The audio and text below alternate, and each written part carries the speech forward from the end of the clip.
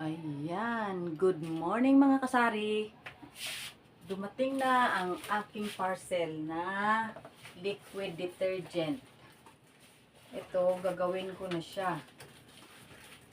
Yung gagawin ko, magbe-base lang ako sa procedure niya kung paano gagawin. Yung nakalagay dito, ihanda daw ang 16 liters na tubig. Ito na yung 16 liters na tubig ko na sukat na siya 16 liters. Tapos, yung timba. Ito na yung timba na wala pang laman. Tapos, yung panghalo daw. Ito. At ngayon, lalabas na natin ang laman ng aking parcel. Ito po yung mga laman niya. Ito po ay stain remover,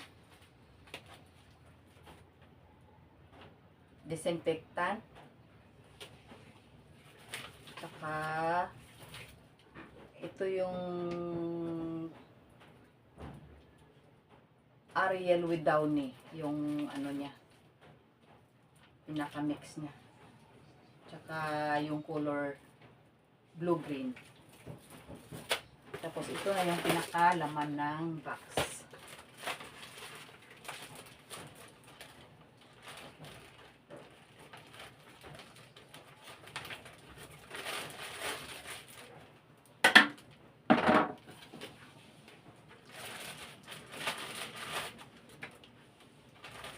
Ito ay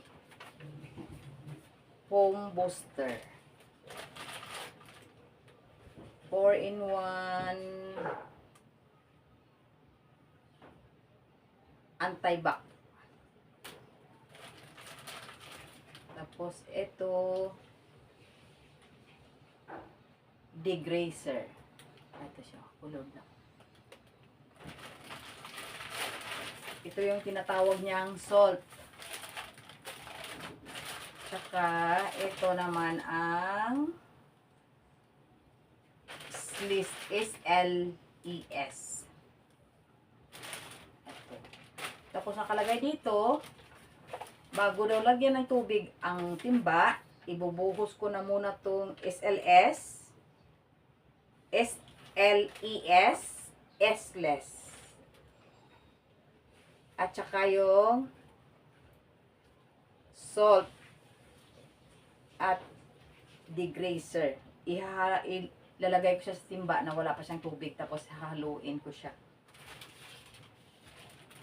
Para, ito yung technique para madaling matunaw. Buksan na natin to.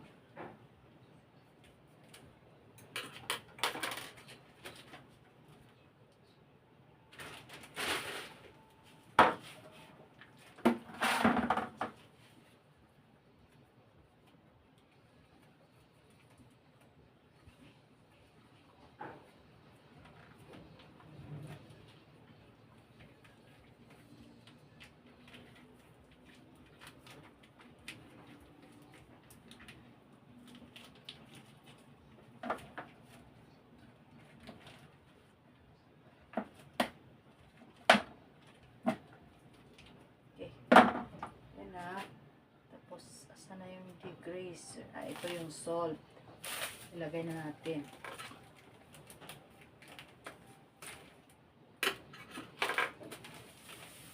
Sabay-sabay na siya dyan. Tsaka yung sabi niya degrazer. Ito yung degrazer. Lalagay na natin.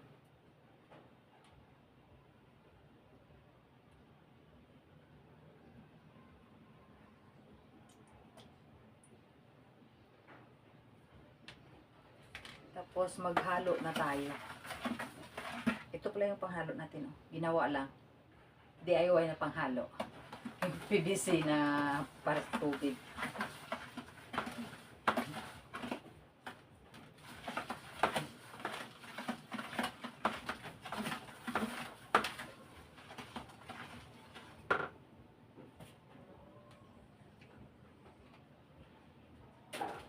Haluin mo siya, haluin hanggang sa umapag na silang lahat.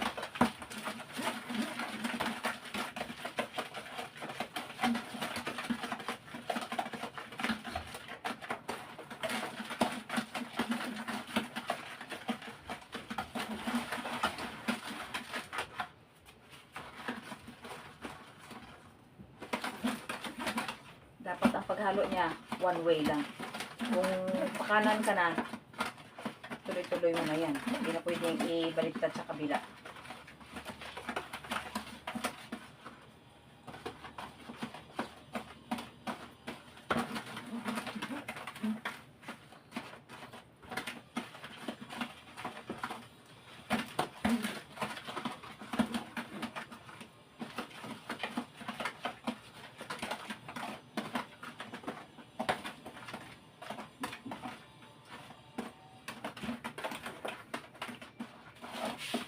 Ayan na po ang kalabasan niya.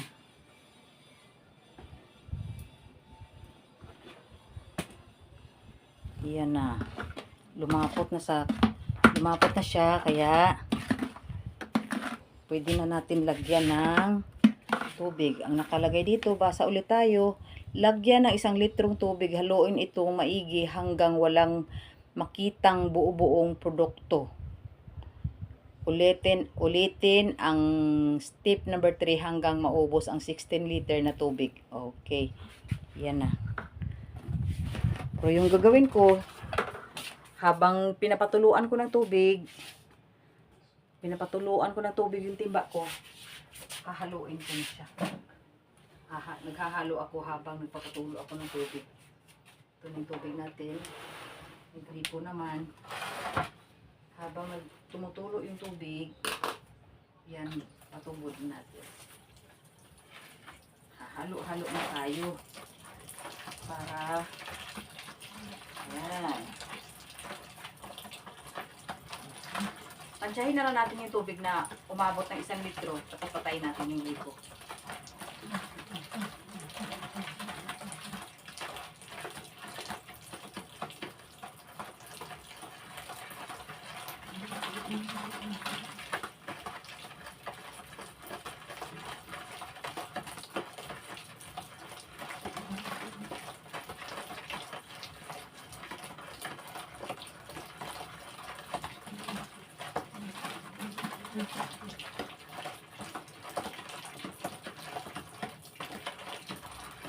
Kapagod itong gawin. Kasi halo ka talaga. Tagal.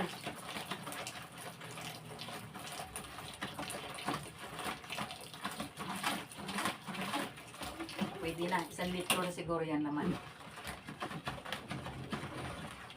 Haluin na lang natin ang haluin hanggang sa malusaw na yung mga buo-buo. May buo-buo pa.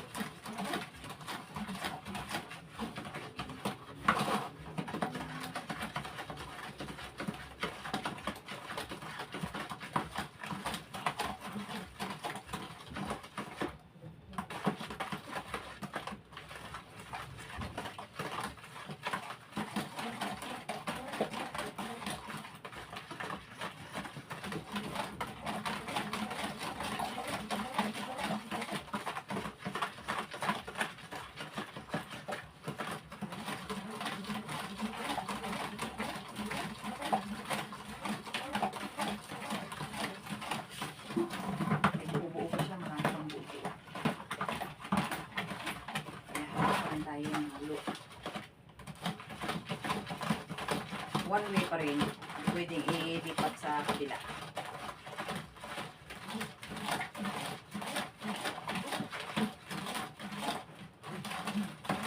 Ay! Masik.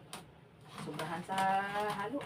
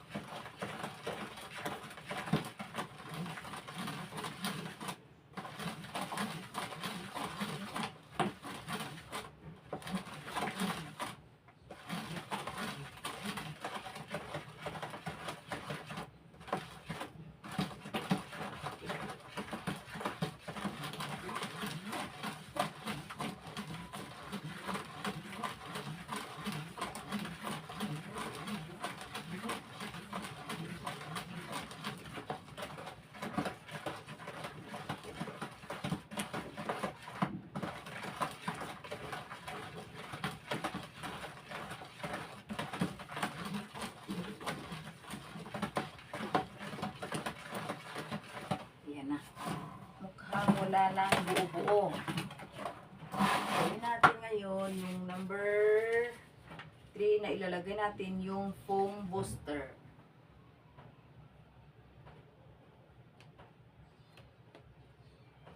Ito yung foam booster. Ilalagay na natin.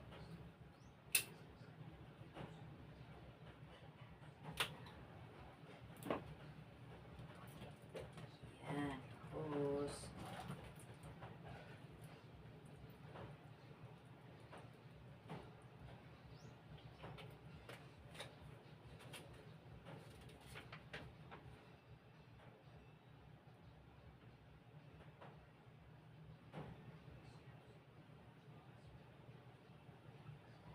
Tapos, haluin at ulit.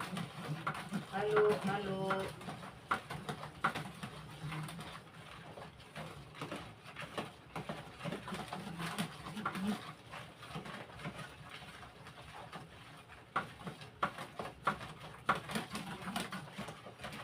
Tapos, ilalagay na natin itong 4-in-1 neutralizer.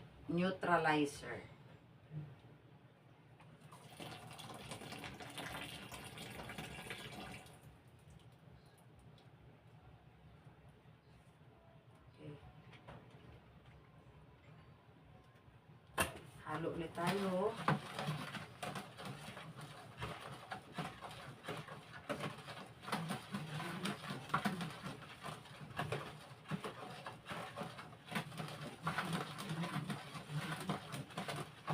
Tapos lalagay natin yung kanyang scent. Ito pala yung tinatawag niya, yung scent, yung Ariel with Downy. Ito pala yung scent niya. Ito.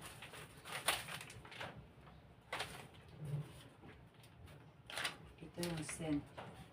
Nilagay na natin.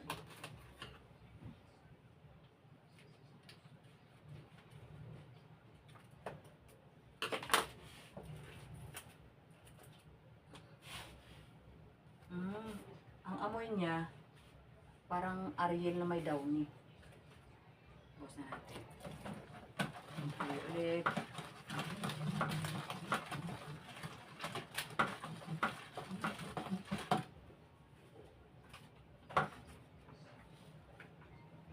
Tapos yung colorant.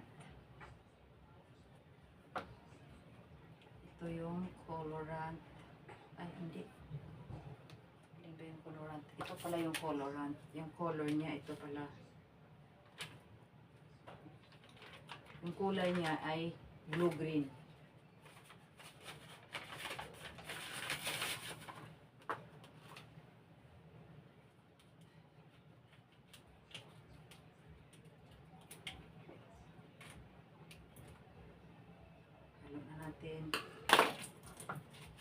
Tapos habang maghahalo tayo dyan, dagdag tayo ulit ng tubig. Yan. Kulay green na siya. Parang blue-green.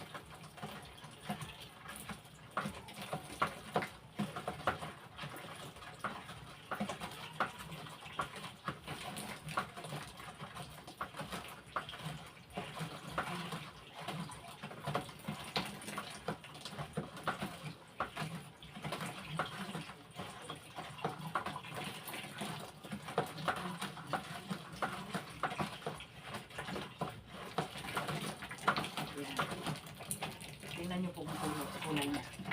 Blue-green na talaga yung kulay niya. Kaya halo lang tayo ng halo. Tapos, ilalagay na natin lahat. Yung disinfectant. Halo na natin. Sabay-sabay na.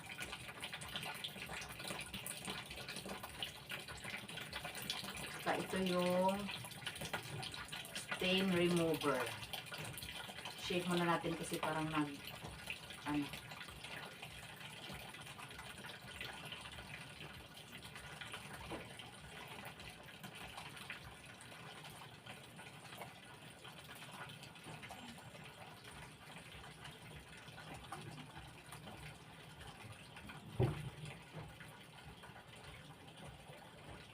Yan na, na-dissolve na. Okay, na-dissolve na. Halo na natin habang naglalagay tayo ng tubig. Halo na lahat para tuloy-tuloy na ang ano natin.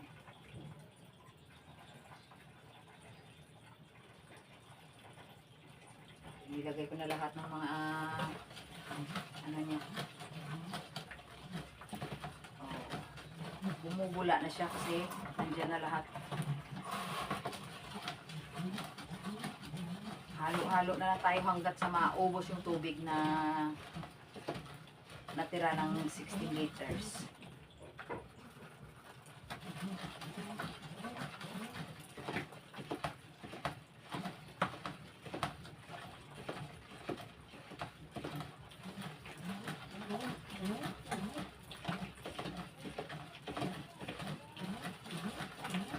So, tilamsik. Nandahan lang tayo. Nandahan lang.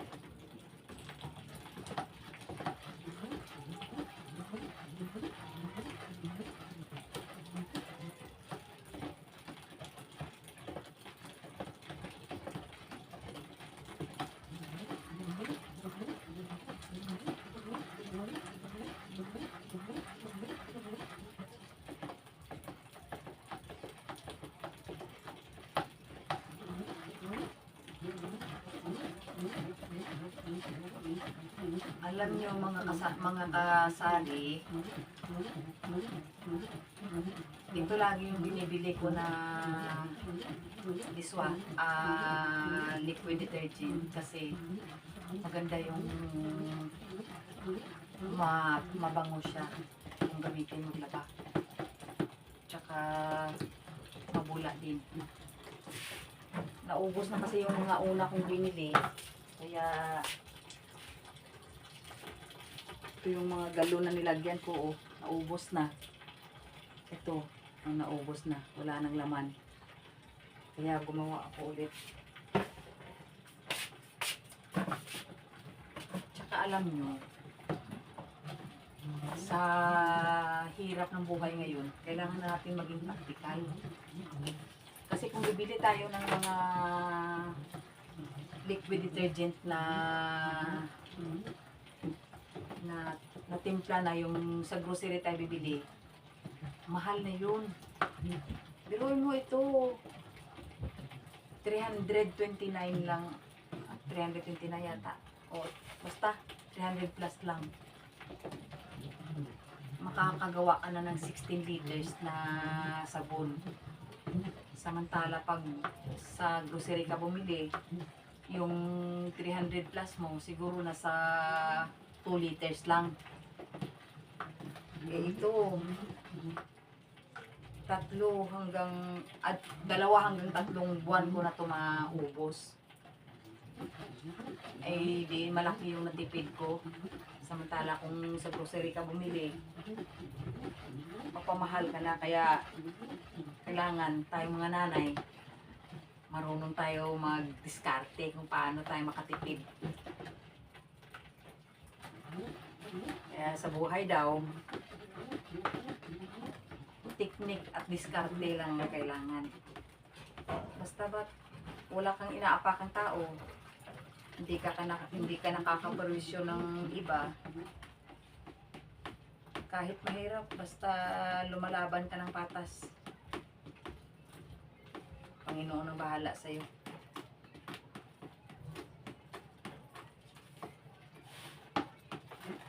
Kaya, halo lang tayo ng halo. Hanggang sa maubos yung tubig.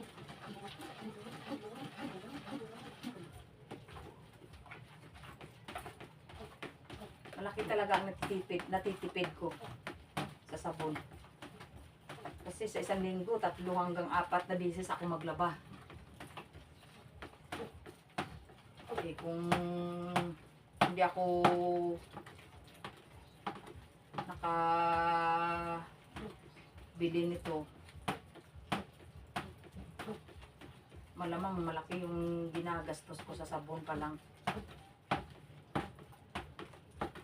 Magkano lang naman yung kitain mo sa tindahan? Papiso-piso lang naman yung tubo mo doon. Piso yung pinakamalaki na, 10 piso. Pero ilang items na naman yung makatubo ka ng 10 piso. Sa mga halos mga sabon, halos yung tubo mo piso, 150. Parang ayaw tumulog. Dito na lang, bukas na lang natin. Para maubos na. Yan na, naubos ko na lahat yung tubig. Halo pa rin tayo. Marami pala yung 16 liters, oh. Puno pala yung timba.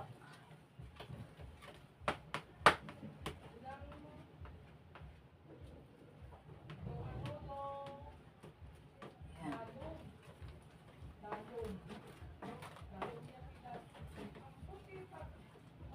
Ganda na.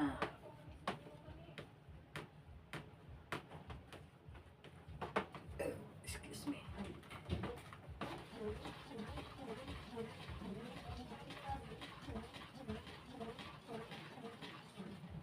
Tingnan nyo.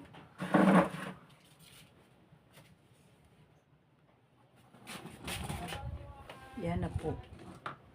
Yan na siya. Malapot na. Pero hindi pa siya tapos haluin. Hahaluin ko pa rin. Kasi baka mayroon pa hindi natutunaw.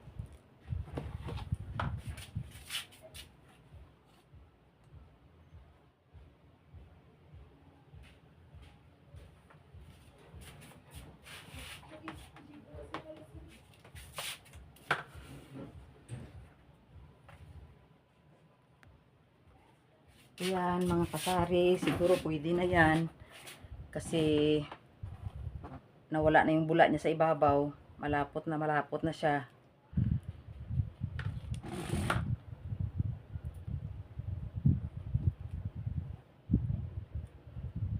Ayan. Sana ay nakabigay ako ng kunting tips sa inyo kung paano kayo makatipid. At sana ay panoorin nyo yung video na to. Maraming salamat po.